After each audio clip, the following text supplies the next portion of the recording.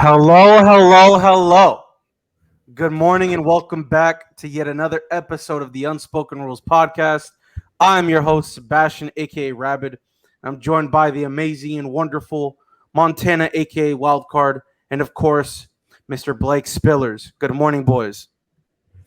Good morning, sir. It's glad to be back. The Bucks put a butt whooping on the Hawks yesterday without Giannis Antetokounmpo. So, are the Bucks the favorites going into the next game? Good morning, Sebastian. It's nice to be here. Yes, sir. All right. I was definitely shocked, speaking of that game, of the results of last night's game, which we will, of course, break down. But before we do so, the topics for today that we'll be going over. First, obviously, the Bucks-Hawks breakdown. No Giannis, no problem. Is this series truly over now? Next, we'll then be covering, looking over the MLB All-Star starters and if there were truly any snubs that we think that we could mention today, as well as obviously previewing the matches tonight or later today, I should say, Spain versus Switzerland, and of course, Italy versus Belgium. Just a little bit of our thoughts, what we see can happen and will happen in these matches later today. And finally, the debate topic, our question of the day: does Reggie Bush deserve his Heisman and records back? Now let's get right into episode 25. Take it away, Montana. All right. So last night the NBA season's dwindling down and down. We're only down to one game left in the or one series left in the non-finals round. So we got the Atlanta Hawks and the Milwaukee Bucks. The Milwaukee Bucks without Giannis Antetokounmpo. The Atlanta Hawks without Trae Young. The Milwaukee Bucks win 123-112 in Game 5 and now have a 3-2 lead as they get ready to go back to Atlanta for Game 6 on Saturday night. As far as the Milwaukee Bucks stat line go, we had Chris Middleton had 26 points, 8 assists, 13 rebounds, had a fantastic game. Drew Holiday had 25 points, 13 assists, and 6 rebounds. The surprises of the game for the Milwaukee Bucks for sure: Brook Lopez, 33 points, 7 rebounds, and Bobby Portis, 22 points, 3 assists, and 8 rebounds. And as far as the Atlanta Hawks go, we had Bogdan Bogdanovic, who had 28 points, 4 assists, 5 rebounds. Lou Williams had 17 points, 5 assists, and 2 rebounds. And John Collins had 19 points, 3 assists, and 8 rebounds. And then the last double-digit scorer for the Atlanta Hawks, Danilo Gallinari, had 19 points, 3 rebounds, and 1 assist. So, Sebastian, if Trae Young comes back in Game 6, do the Hawks win Game 6? That also goes for Giannis Antetokounmpo. If he doesn't play in Game 6, do the Hawks somehow, with or without Trae Young, take out the Bucks in Game 6 and force this to a Game 7? Well, to answer that question, I think if Trae does in fact play, I think we see a completely different team. Hopefully, I think with Giannis and his injury, although it's looking nice and good that he's walking around, I still don't think that he plays potentially the rest of the playoffs. But first things first, I asked yesterday for a very entertaining game. Either the Bucks get their crowd going or the Hawks. And honestly, I'm very satisfied with the result. You know what I'm saying? So credit to Mr. Brook Lopez, because my golly, the man literally was dominant in the paint. Actually showed tonight or last night why exactly he is 7 feet. Because the man was always being on the perimeter. You know what I'm saying? Drew Holiday said in a little post-game interview with Shaq that he finally listened to Shaq and really got that barbecue chicken going. You know what I'm saying? So, his presence overall on the court was very impactful, to say the least. And he really needed this type of game with Giannis being sidelined. But he wouldn't have gotten those opportunities without other than the GOAT himself, Mr. Drew Holiday, stepping up and really being that playmaker that he needed to be last night.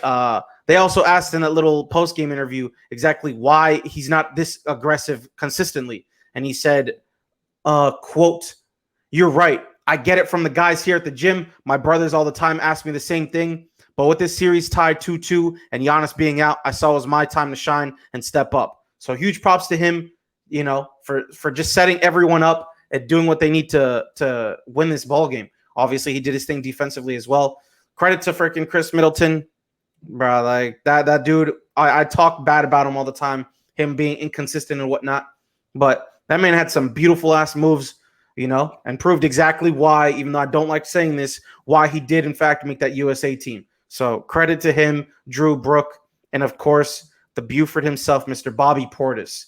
He finally showed up, even though he disappeared for like 20,000 games. He finally helped the squad, contributed offensively with his 22 points. Both him and Brook Lopez had career high nights. So credit to them, of course. They actually, the Bucks looked like a team. They looked like they didn't really need Giannis. Maybe it's a credit to them, or maybe it's just the fact that the Hawks had a fluke game last game. I don't know what the case may be. But moving on to the Hawks, I want to give give some credit to Bogey, Gallo, John Collins, and Lil Will. I mean, they did what they needed to do. Unfortunately, they didn't get their supporting cast from everybody else, like Kevin Hoyter, Clint Capella having only 6 points and under 10 rebounds. Shocked me as a whole. But Kevin just needs to shoot the ball a lot better. Maybe that eye really was affecting Capella. And in my opinion, I don't think if that's the case, he shouldn't have even played. But we'll see what happens next game. I think we're finally seeing the lack of experience from the Hawks in general. So credit to the Bucks for real for taking advantage and just, seeing that Giannis, even without him, they have the ability to win ball games. So for my opinion and for my sake of just continuing to see a great series, I hope this goes to 7. But if not, then it is what it is. No, yeah. I mean, I think it was as simple as this. The Bucks needed to win this game, especially with no Trae Young, and they delivered. I said in the last podcast that I don't think not one player can make up for Giannis's absence, and that it would take multiple players stepping up for them to have a chance. And Sebastian, you said it perfectly. The Bucks did that. Not only did they get the good games from Middleton and Holiday, but they also got very good games from, like you said, Brook Lopez and Bobby Portis. I mean, those 4 alone accounted for 106 out of the 123 points that the Bucks scored last night. They almost outscored the entire Hawks team. But that's no hate on the Hawks. I don't think the Hawks really played bad last night. Like you said, they had solid performances from Gallinari, Bogdanovich, Lou Will, and John Collins. But I just think without Trae Young, it was just too big of a loss for them tonight. I said that I thought the Hawks would win this series in 7 after the injury to Giannis, but that was just completely dependent on if Trae Young would return to the lineup. And I don't expect him to miss the next game, especially after losing. But if he's not at 75%, I think the Bucks will come out on top. I know I'm changing my opinion a little bit, but I think just without Trae Young, it's too much. I expected Trae Young to play last night. He didn't. But this was, like I said, much needed win for the Bucks. You couldn't lose this game at home. This was much needed because now you can close the series out at home. You can lose in Atlanta and you could still come home for game 7 and win this series. If the Bucks would have lost tonight, I don't think they would have stood a chance in this series. I mean, if you lose 2 games without Trae Young, forget Giannis. Obviously Giannis is a big loss, but you're losing the best player on the other team as well. So there's no excuse really there. Trae Young and Giannis both being out, I feel like it kind of cancels each other out. I mean, both teams losing their best player, it kind of puts it at an even playing field. And I think that the Bucks just outplayed them, simple as that last night. Like I said, the Hawks didn't even play bad. They didn't shoot poorly. They didn't play maybe overly poorly defense. The Bucks outplayed them, simple as that. And I think I said at the beginning of the series, I think the Bucks have a better team than the Hawks, and I think they can reach levels that the Hawks cannot. And I think even without Giannis, as long as Trae Young isn't in that lineup, the Bucks definitely have a better roster. But with Trae Young returning in game 6, and I mean, he's missed now 2 games in a row, giving him probably 5 days rest until the next game. I think his ankles should be a lot more healthy. I think he's going to come out at least be 75%, and he's going to give Hawks that extra firepower that they definitely needed last night. But with that being said, I think I might change it. I think the Bucks will win this series. I think they win it in 7. I think the Hawks come out in Atlanta. They come out, feed off the energy of that crowd and win that game. And then the Bucks do the same thing at home in 7. Montana? So I still believe that the Bucks are still going to win this series, whether it's going to be on Saturday night or Monday night. They are still going to win it. I believe they are the better team. The Atlanta Hawks. They have the better. Their veteran leadership on the Milwaukee Bucks team. They know what they have to do to close the series out on Saturday night, and I still believe that it's going to be a game 6 to remember. But the Bucks are going to win that game. and they're going to move on to the NBA Finals for the first time in God knows how many years. If it's with or without Giannis Antetokounmpo. As far as I know, with Giannis, that there was no structural damage in his knee. It's a factor on pain tolerance and whether or not he can tolerate the pain that is in the knee to give a go for the Milwaukee Bucks. But I don't anticipate him playing in Game 6 just in case, because now they have that extra leeway for an extra couple days of rest for a potential Game 7 for him to come back. So yeah, I don't see Giannis coming in Game 6, but I still believe Chris Middleton and Jrue Holiday are enough of offensive firepower to win in Atlanta and take the series. Trae Young, I don't know exactly. Yes, he has a sprained ankle, but the bone spurs are also a problem for him at the moment. So who knows if he is going to make an appearance in Game 6 or not.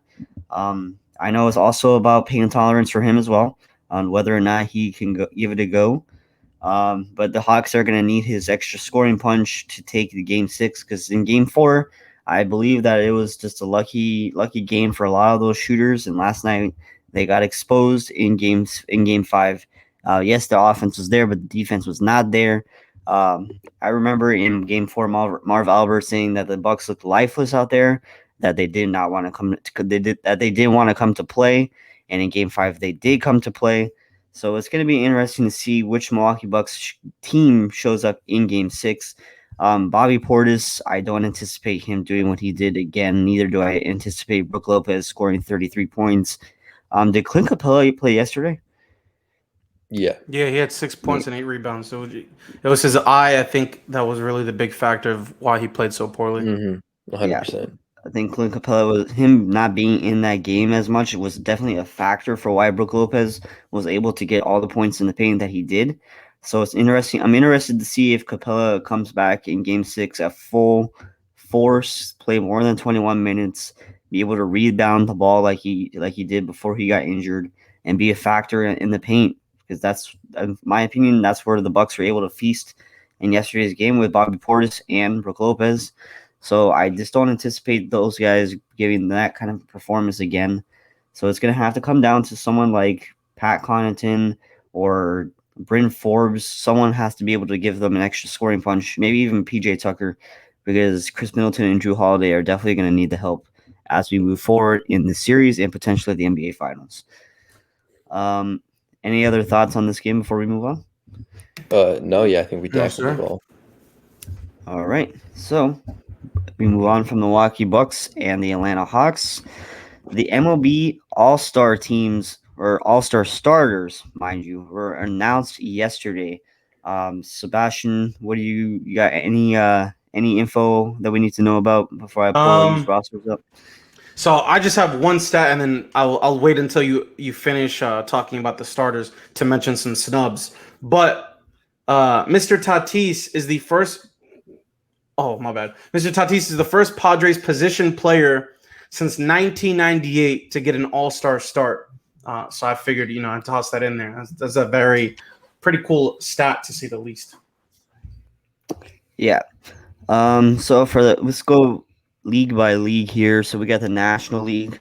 At catcher, Buster Posey from the San Francisco Giants. The San Francisco Giants are currently the best team in Major League Baseball at the moment. Buster Posey, well-deserved at his current age and time and how long he's played for the San Francisco Giants. This is a well-deserved all-star nod, as he's provided tons of leadership for the Giants on and off the field. And they're giving the Dodgers and the Padres a run for their money. And who knows where at the trade deadline, what kind of pieces they look to add to that Giants team and to make a playoff push.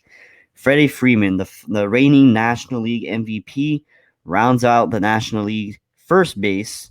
Adam Frazier for the second base for the Pittsburgh Pirates. I'm not entirely sure. I would have to take a look at his stat line to see how good he's playing this year. But it's interesting to see one of the worst teams in baseball, the Pittsburgh Pirates, get a starting all-star player at second base for Adam Frazier. At third base, St. Louis Cardinals, Nolan Arenado. In my opinion, I have a couple thoughts on this a little bit after I finish this all-star talk here. Shortstop, Fernando Tatis Jr., of course, he's one of the home run leaders in the Major League Baseball this year. He's a no-brainer At shortstop, Ronald Acuna Jr., another no-brainer for one of the outfielder spots from the Atlanta Braves. So that's 2 All-Star players from the Braves in the starting lineup. Nick Castellanos, another outfielder from the Cincinnati Reds, and Jesse Winker rounds out the National League starters at the right fielder spot for the Cincinnati Reds. So 2 Reds players, 2 Braves players, and that is the starting lineup, or not the starting lineup, the starters for the National League.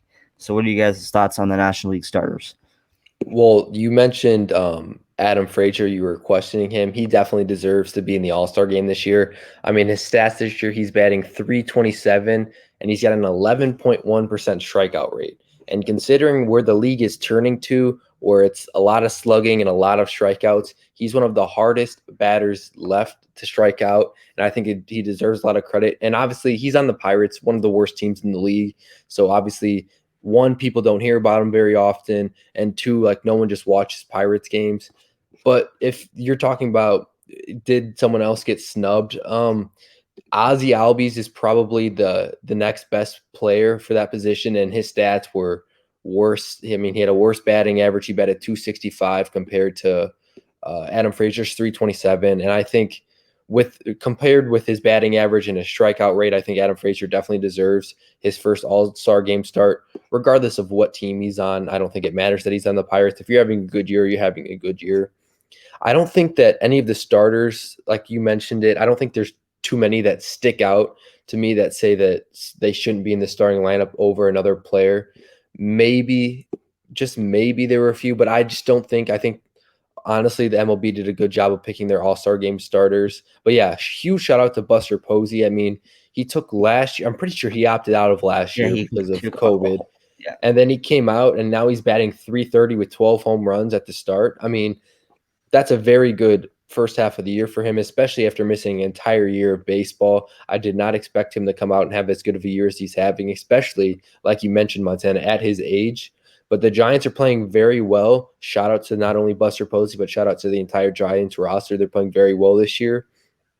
But seeing Nick Castellanos in that starting lineup obviously hurts me as a Cubs fan, because I still can't believe we let him go after batting over 300 for us, hitting all those doubles. And he's just, ever since he's left the Cubs, he's continued to put up the numbers, and he's definitely deserving of being an all-star starter.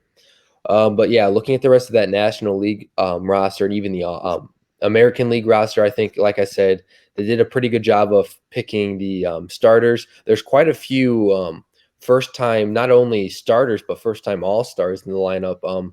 Vladimir Guerrero is the first base starter for the AL, and I'm pretty sure this is his first all-star game and also his first all-star game start. So shout out to all the new ones that are out, the new players that are out there. The Blue Jays have, I think, 3 starters, like you said, in the All-Star game this year. Let me get to the AL roster real quick. Let me see. Oh, yeah. Okay, yeah. But yeah. All right. Let's go to the American League now. So we got Salvador Perez at catcher for the Kansas City Royals. The Royals are having a decent season so far, but nothing crazy to talk about in the AL Central.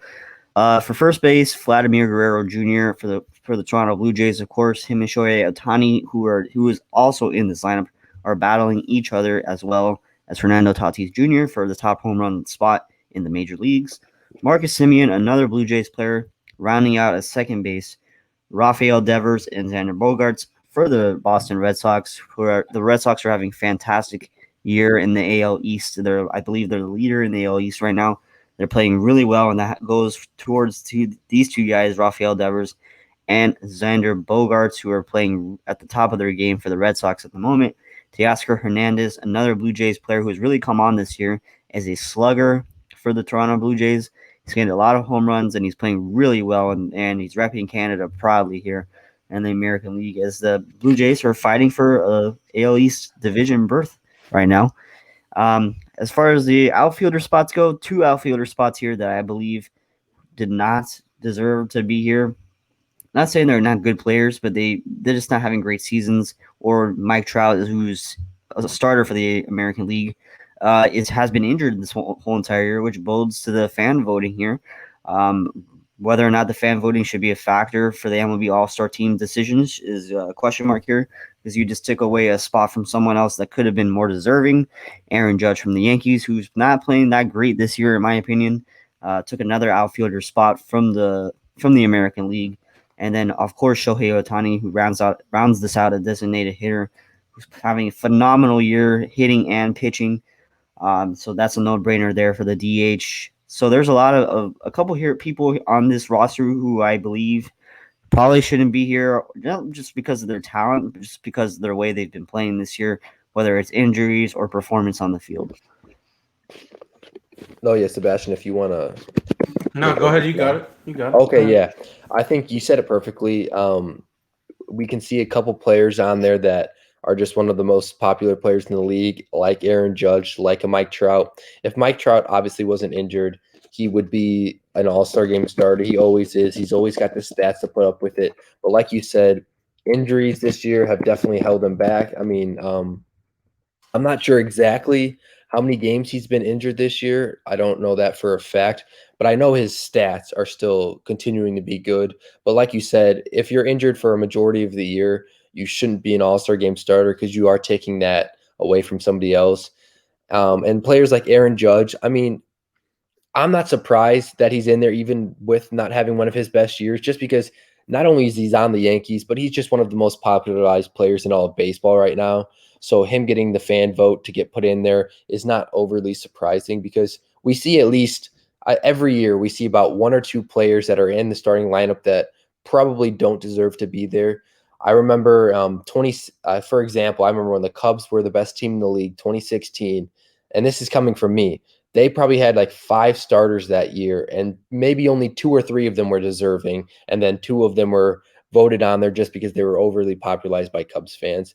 This happens every year. There's always going to be 1 or 2 players that the fans vote in that probably doesn't deserve to be a starter, but probably deserves to be in the All-Star game in some form.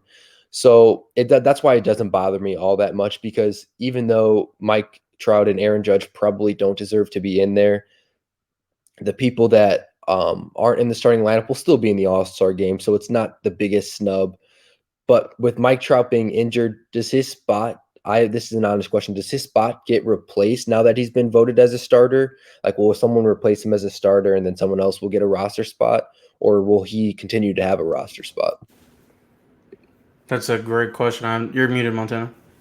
I believe that's going to be the case, that he is going to be that he will be replaced by somebody from one of the bench players, and then that bench player will get replaced by somebody else, if I had to guess.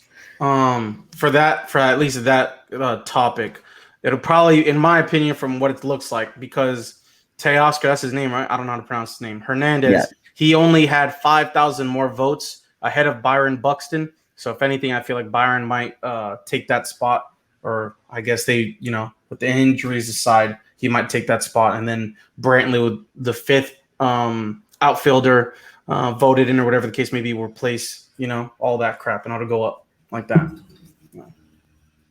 No, yeah. I'm not sure if how it works. I believe it's under the manager's discretion. See, then I'm completely wrong. My fault. No, yeah. I know the bench players are voted in by the managers, if I'm not mistaken. Yeah, I think not just the manager. I thought that it was all of the coaches get to have a decision. It's like, we'll see. That'll be announced on Sunday. Yeah. All right. Any more thoughts before we move on to the next topic, guys? No, I mean, I was gonna say some snubs, but we're Gucci. You want to talk about the snubs? Let's talk about. No, we don't got to. I was just gonna say a few names, but it ain't a big deal. What notable snubs do we got? From the AL, Jose Altuve, obviously your boy Alex Bregman, JD Martinez, like I already mentioned, Byron, obviously Michael Brantley as well. I think you guys touched up on Adolis Garcia and Cedric Mullins. Those are the names from the AL that I saw. There's a lot of, in my opinion, here. There's no White Sox players on this starting lineup, and I believe the White Sox are the leaders in the Central right now. So it's just crazy to see here. Mm-hmm. Yeah, but the White Sox have a very solid team. But I'm just looking through this starting lineup, and I don't think that they really have an argument. They have an argument to be had, maybe at shortstop, second base and shortstop. Yeah, but I don't think. I mean, yeah, shortstop probably the most, but the White Sox have a very good team. I don't think their players are any better than anyone on that roster right there. Yeah. Any National League snubs? I think you guys touched upon Ozzy Albies, I believe his name is, and then your guys' favorite player, I guess, or Montana's favorite player, Mr. Chris Bryant, as well as Mookie Betts, and then Juan Soto. Those are the only really names that I saw there as potential snubs. I was kind of upset about the Chris Bryant snub here, considering he was leading the NL in the third base department as a vote getter until the second phase of the fan voting began. Because once the second phase began, there was the finalists, and then the votes get reset to 0, and then it's a whole new ball game. So Nolan Arenado taking that spot over Chris Bryant kind of upsets me a little bit, considering that the Cubs have had a 10 times better record than the Cardinals throughout this year, and we completely dominated the Cardinals throughout this year. And Chris Bryant, in my opinion, deserves an an All-Star, National League All-Star game appearance. And in my opinion, he could have been a starter also, not just for third base, but for the outfield, because he's played outfield probably 80% of the season so far. So, I mean, I don't know who he would replace on that outfield, maybe Jason Winker or Jesse Winker for Chris Bryant, but that's the one snub in the National League that I'm kind of disappointed about. Just a quick thought on that.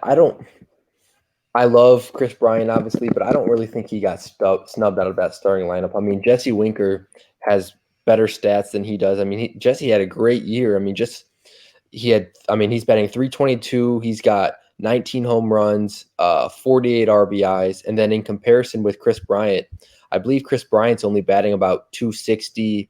He's probably got around the same amount of RBIs. He's got 15 home runs. So, yes, Chris Bryant and Nolan Arenado stats are very close together.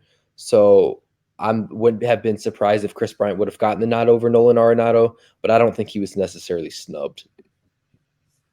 Yeah, I guess there is an argument to be made that he was or was not, but who knows? He'll probably still make the All-Star team if I had to guess as a bench player. Or he might even be a DH for the National League, so who knows?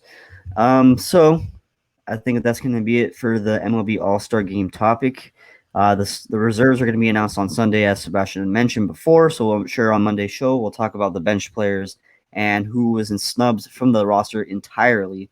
The pitchers will be announced then also. So a lot of conversations to move forward as the MLB trade deadline is about to come around the corner. So the MLB is starting to round out into high gear as we move forward throughout the rest of the season. So we move on from the MLB All-Star Games, and we now move to the Euro 2020 Cup. Sebastian, I'll let you take it away from here.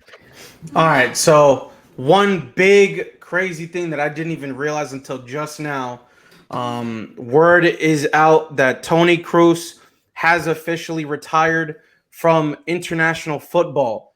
He made a statement that says, "I have played 106 games for Germany. There won't be another one. I was hoping that I could end up with 109 caps and one more major title, the European Championship, and gave my all to try and make that happen. I had long decided that this tournament would be my last. I've known for a while that I won't be putting myself forward for Qatar 2020, mostly because I want to be fully focused on my goals with Real Madrid in the coming years. I also want to be able to afford myself some downtime that I haven't been able to have in 11 years as a German international. On top of that, I want to be around more for my wife and 3 children as a husband and a father. It has been a huge honor to have been able to wear this shirt for such a long time. I always did it with pride and passion. Thank you. Thank you to all the fans and supporters that have helped carry me with this applause and cheering, but also to all of those critics who gave me extra motivation. Finally, I want to sincerely thank Joji Low. He made me a Germany international and a World Cup winner. He put his faith in me, and we have written a long success story together. It's been a blast. Wishing you all the best and lots of luck. To Hansi Flick, yours, Tony."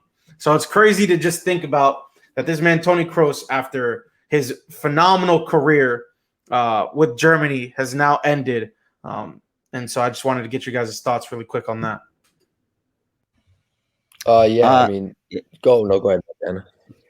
As far as my soccer viewing goes, I relatively follow Toni Kroos a little bit. Yeah, he had a lot of great games for the Germany. Of course, he won the World Cup I believe it was 2014 with Germany. So yeah, he's had a fantastic career. It's a shame he won't be able to compete in the Qatar World Cup next year. I know that the World Cup is going to be sometime later next year because of the heat in Qatar. So I believe the World Cup is in November next year, if I'm not mistaken. So yeah, so it's a shame that he's not going to be able to compete for Germany next season. But it's also, I don't know how Germany, I feel like, has fallen off a little bit the last couple of years as far as their competitiveness goes. A lot of their players are getting older on the squad, so they're trying to replace them with younger players.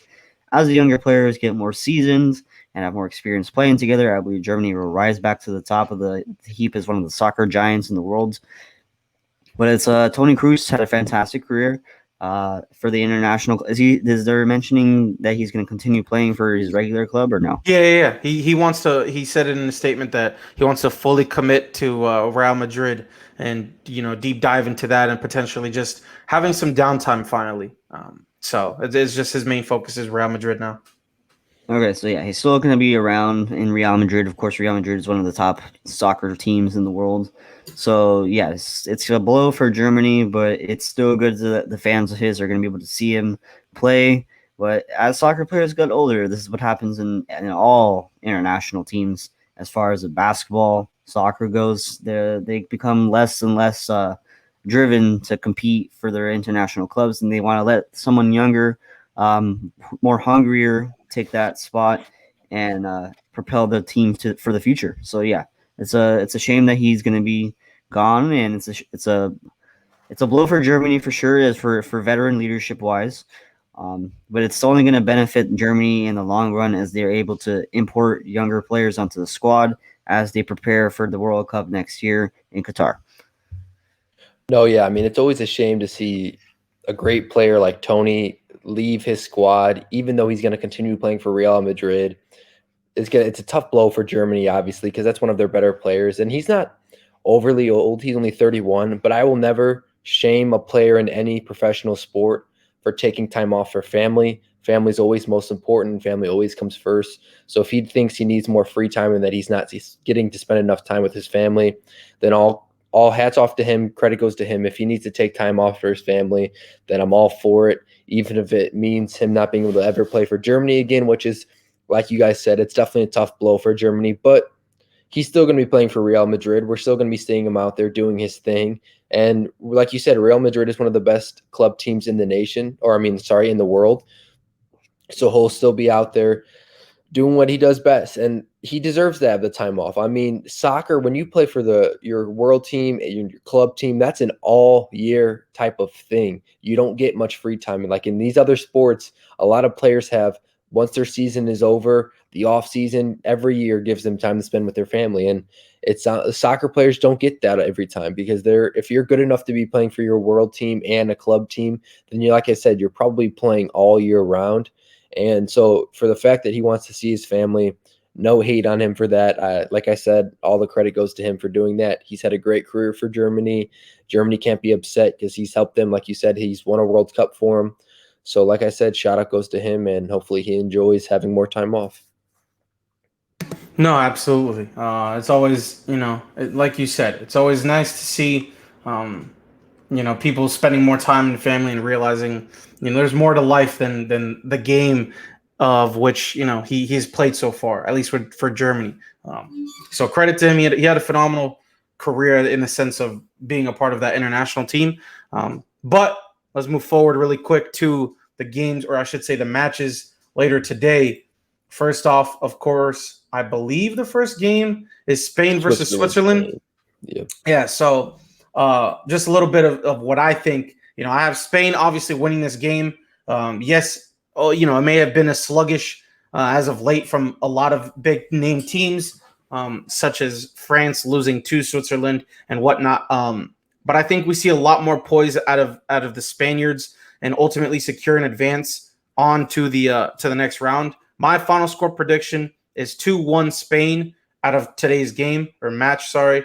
But that doesn't mean I don't see the Switzerland having a chance to come out and actually win this game. They have that momentum of just beating the world champs in France. And, hopefully they keep that momentum, all that hype, all that build up, and just come out, play aggressive, and just be that team to shock the world in a sense and continue this Cinderella story that they have, and beating not only France but potentially beating Spain as well. In my eyes, if this goes the distance, maybe to PKs or whatever the case may be, I think Switzerland has the opportunity to win the game, especially seeing what they did against France.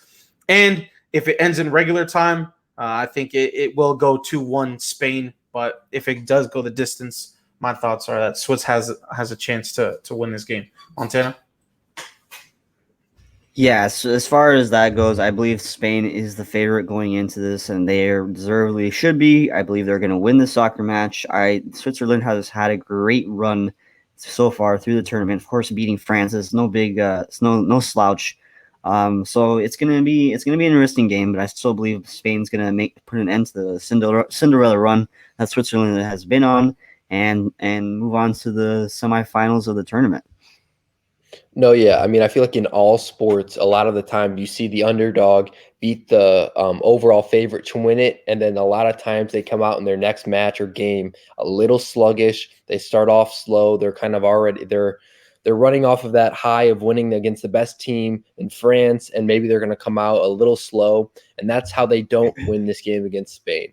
For Switzerland to win, they need to come out exactly like how they came out against France.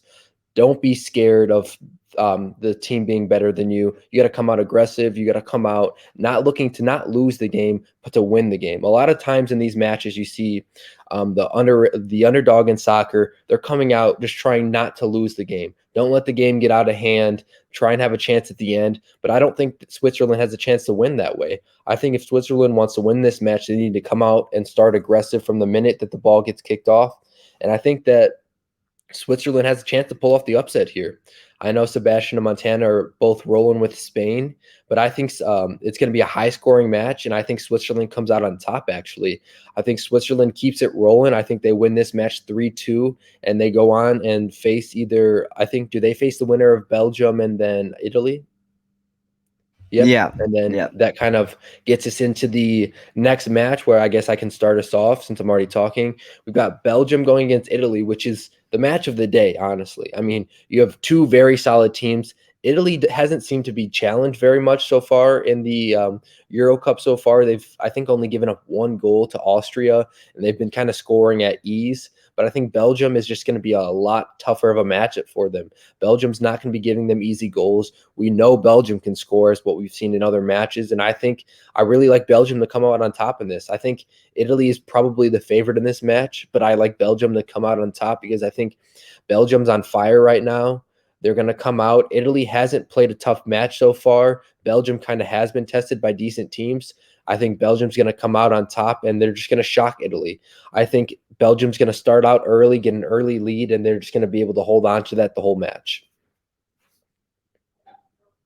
Yeah, so I believe Belgium, it should be I don't know about Italy being the favorite because I believe Belgium is the better squad going into this because of their offensive firepower that they have. Italy has played really well throughout this Euro Cup so far, defensively and offensively. They have not, especially defensively, only giving up one goal to Austria so far is a pretty enormous feat to accomplish, especially through the group stage and through the round of I believe the round of 16 or the round of 32, whatever it was. I believe we're in the round of 16 now, so the quarterfinals before. So this is interesting to see as we move forward. I believe Belgium has the offense. Italy has the defense. I believe this is going to be a low-scoring game. I believe it could be a one-goal difference. It could be maybe one goal wins this. Who knows? So it's going to be interesting to see. This is definitely the match of the day, as you said. But I believe Belgium is going to win this match. So, in my eyes, the winner of this match will go on and honestly just win the entire cup. Both these two teams are powerhouses, to say the least. Now, my concern with Belgium is the fact, are they going to be able to overcome the injuries from, obviously, Eden Hazard? They came into this, obviously, not really knowing too much about whether he's going to be able to perform or not. But, I mean, they've prepped all year, or I should say the past couple months, for potentially not having Hazard to be a part of the squad. Now, De Bruyne got hurt. last game or last match, I should say, I believe. And his doubtful or possible opportunity of not being able to play today is going to be a very huge impact on that team. The man's a playmaker. The man sets that team up like I've never seen in quite some time. So I think without De Bruyne, if he does not play, there's a huge chance that Italy does in fact take this win. But I think Italy needs to apply that pressure off the rip, because they can't run this slow. They can't be slow. I think if they do in fact play slow, I think Belgium can overcome all of that, because I feel like with De Bruyne being as fast as a pace as they usually play, if Italy just doesn't do anything aggressively, as soon as they can, I think Belgium, like you guys said, or at least Montana, I believe, 1-0 victory is what I'm calling out of Belgium. But I just need to see how they come out. I need to see if De Bruyne has that huge impact on their team, and if they can't overcome it, then ideally I have Italy winning, maybe 2-0 or 2-1 in a heroic last-minute goal. But this game right here will be a very entertaining one to watch. And like I said, I think the winner of this will result in the ultimate winner of the entire cup. All right, so I believe that's going to be it for today's preview of the games. Of course, there's games tomorrow, but we'll get into that as we know the results for today's and tomorrow's games, and as we preview the semifinals on Monday's show. So as far as that goes, I believe we are not going to ride right into our debate topic of today's. What do you got, Sebastian? Before the debate topic, I want to, I think we all know about, I want to see your guys' opinion on it. Sha'Carri, Richardson cannot run in the Olympic 100-meter race after testing positive, for marijuana, but she could potentially compete in the relays as she has just received a month ban from the Olympics. Your thoughts? You're kidding me. You're telling only me that a month? Only a month for weed, yeah. Well, I don't think you should be taken out at all, because when you first started that sentence, I was expecting that to go towards PEDs or something like that. But you're telling me she can't run in a race because of marijuana. That is just, that blows my mind. In today's day and age, where we have states constantly legalizing this, both either medically and recreationally, this is still a problem. Let me interrupt you really quick. Yeah, go for it. She tested positive in a state that allows recreational and all of that. She tested positive, and they still banned her. Wow, and this is one of the best runners, if not the best 100-meter runner in the world, right? I mean, she's the favorite to win it, isn't she not? This blows my mind. I mean, I'm glad that you kind of stopped us to talk about this, because even though I'm not huge into the track and field world, I know her, and I know that she is one of the best runners in the world. The fact that she can't run in her best event because of something like this, marijuana in a league. Not only, it'd be one thing, I guess, if she was in a state where it wasn't legal, but she got caught in a state where it was legal. That just blows my mind. It's not like marijuana is helping her run any faster. I mean, it's not a performance-enhancing drug. I don't understand how this could possibly be a problem, but my mind's just blown. Montana? The whole weed, banning people for weed or stuff like that is happening. I know the NFL has been on top of that they've relaxed those rules a lot more since it's become a lot. Recreational marijuana has become a thing in a ton of states now in the United States. But there's rules here in the United States, and there's rules here in other countries. Whether or not, I don't know how the Olympics, their rules or whatnot, how they ban. In my opinion, if you're going to ban someone for a month, just ban them for the whole entire Olympics. That doesn't make any sense in my opinion, because you're going to ban her for one event, but you're going to let her come back for another event. That doesn't make any sense. You're still going to let her race in another event, but you're not going to let her race in the main event that she specializes in, which is just ridiculous in my opinion. Just ban her for the whole entire Olympics. That doesn't make any sense. If you're gonna ban someone for a month, just ban and make them miss on their first couple of events, and they're still gonna be able to race. That blows my mind a little bit. As far as the weed situation goes, the weed has become a lot more recreational and medical. It helps athletes relax. So I just don't understand that whole situation. In my opinion, that's a little bit ridiculous. The Olympics need to get their act together and figure out what they're doing wrong as far as these rules go, so we can have a better future for the athletes, because that's just upsetting. So the reason, my bad, just wanted to touch upon go the ahead. reason being as to why she in fact started using weed for the sole purpose of what you just said, to calm her down and try and relieve stress.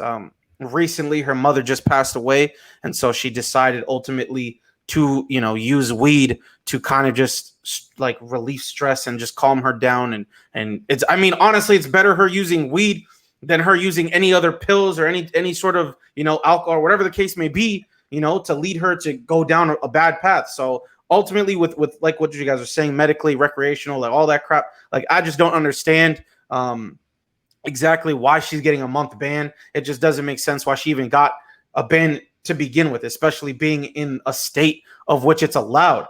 So I don't know what they need to do. I've seen a lot of criticism from a lot of players, especially like D Wade, chiming in and whatnot. Like, it just blows my mind that we're having this conversation and that she really, in fact, got banned for weed. Exactly. Not only do athletes use it, like you guys said, to relieve stress, but it's also been proven for a lot of pain. A lot of athletes use it to ease the pain that they have throughout their bodies. And this is many doctors agree, this is a much healthier alternative than, like you said, than if she was taking pain pills or something like this. I think that this is just beyond ridiculous. I don't think she should be suspended at all. I mean, I'm days after her mom passed away. Didn't she just win the 100 meter? Like, she ran it I believe so. It was last week. She had her biological mother had just passed away, and she went out there, still ran the race, and I believe she won. I mean, it blows my mind that this is still a problem in any sport today, because it just shouldn't be. Because like you guys said, athletes use this for relaxation or to relieve pain, and it's a healthier alternative than what they could be doing and what they honestly are probably given during the matches and games. So I think that maybe that the Olympics need to look at this again, because they shouldn't suspend her. There's no reason she should be suspended. But I think Sebastian, want to get into the debate topic now? Either one of you guys can lead the way, but yeah, if not, I'll do it. I don't really, whatever. Montana, you going to take it away? No, I don't have the story in front of me. Do you have the story? I do not have the story in front of me, but it's okay. So the debate topic for today, obviously, is Mr. Reggie Bush. You know what I'm saying? The man himself wants his Heisman Trophy back, as well as getting his records back from USC, right? And I don't know exactly where everything is going, especially with the the NIL. I mean, that the NCAA has come to fruition with. So, I mean, Blake, honestly, at this point, you could just take it away. Okay, yeah, you said it perfectly. He wants his Heisman Trophy and his college stats restored, and he deserves it. I mean, he never cheated during the game. It's not like Reggie Bush came out and was using a PED. There was no way he was cheating. He got money for coming to USC. Big whoop-de-doo. Every single player that's a 5-star player, well, I shouldn't say every player, but the majority of players till this day get paid in some form or the other to go play in any sport: football, basketball, baseball. I mean, all these top players are getting paid to go to the top school. So let's not act. Reggie Bush was just used to set an example. The NCAA likes to do this. They like to pick someone out and then set them as an example and give them a punishment that does not fit the crime. The NCAA has done this for years, and Reggie Bush was no different. Why does Reggie Bush getting paid to go to USC mean that he didn't deserve all of those stats at USC, that he didn't deserve that Heisman, that everybody voted for him to win? I mean, it blows my mind. You can't fake stats. You can't fake that Heisman. And now that you're allowing college athletes to get paid for their name, image, and likeness, you've got to allow Reggie Bush to get his stats back, and you've got to give him his Heisman Trophy back. Because the only argument that I ever saw, I've always been a believer that he never should have lost it in the first place. But now that this rule is now that you can, that college athletes can benefit from their name, image, and likeness, there's no excuse for not giving him back his stats and his Heisman Trophy. Honestly, this is a debate topic, but I feel like we all three will probably agree with that. And I think most of the world will agree with that. The only people that are saying that Reggie Bush doesn't deserve his Heisman or doesn't deserve his yards are just still upset for some reason about players getting paid. And I don't understand that. If it's already happening, this isn't even allowing coaches to pay the players. This is just allowing players to benefit from their name, allowing players to go out there, to go in commercials, to make a profit off of their own name. How does that harm anybody? Because for me, I can't see how someone profiting off of their own name and image is somehow a bad problem for somebody else. I think this is just people getting stuck in their old ways. Reggie Bush, huge shout out to him because he was a beast at USC. For those of you that haven't watched his highlights yet, please go on YouTube, search up Reggie Bush USC highlights. You will not be disappointed. The man was a beast. One of the best Heisman winners in the last 20 years, in my opinion. And I think the fact that it's been this long and he still hasn't gotten it back yet, I'm hoping this year's the difference maker. And I hope that Reggie Bush just is allowed to get not only his stats back, but his Heisman Trophy back. Let's be real here really quick. You know what I'm saying? This man, Reggie, right now today, if he was playing, would make roughly $4 to $6 million annually alone just from these deals that are being, in place. He got in trouble, quote unquote, because the man took $300,000 in deals under the table to play at USC. Let's be real, bro. At the end of the day, like you said, how does that impact his play on the field? He's making money. He's making money on the side. You know what I'm saying? He didn't have to work a job. He didn't have to do all that. He made his money on the side from, these little deals under the table. So I just don't understand how him making money has anything to do with his level of play or his impact on the field. I think you're absolutely correct with everything you just said. It just does not make any sense in my mind. And it's just crazy to say the least. Like, you got all these players now. Like, there's some players that are going to be great in college and not be able to go to the next level and play in the next level, or even, be impactful like they were in college in the next level. So they won't even play pro sports. They won't be able to, or they'll make a team and then get cut, whatever the case may be. Let these players make money now. They should have been for years, because at the end of the day, these schools are making millions of dollars because of their players, not because of their whatever the case may be. You know what I'm saying? Like, I'm so annoyed and frustrated at the fact I've been rooting for players to get paid for so long, and the fact that it's slowly seeing now that we're seeing with these new rules. I'm happy. My dog De'Aaron King has got like 6 or 7 endorsement deals already. He's created a podcast. He's created these marketing agencies with his friends. Like, he's doing a lot for himself individually to gain, some sort of income. And then, if it doesn't work out on the next level, he has the support, he has the money, all of that stuff coming in. And so I think they should have been being paid for the longest. And I think this man, Reggie, deserves everything back, because this is absolutely ridiculous. Montana? I'm happy for the players now that they finally are able to start getting paid, but more or less, I am so happy that we're finally going to get NCAA football back on video game formats. Yes, sir. This is the only thing that comes out of this is that for me. Reggie Bush, Reggie Bush had a phenomenal career at USC.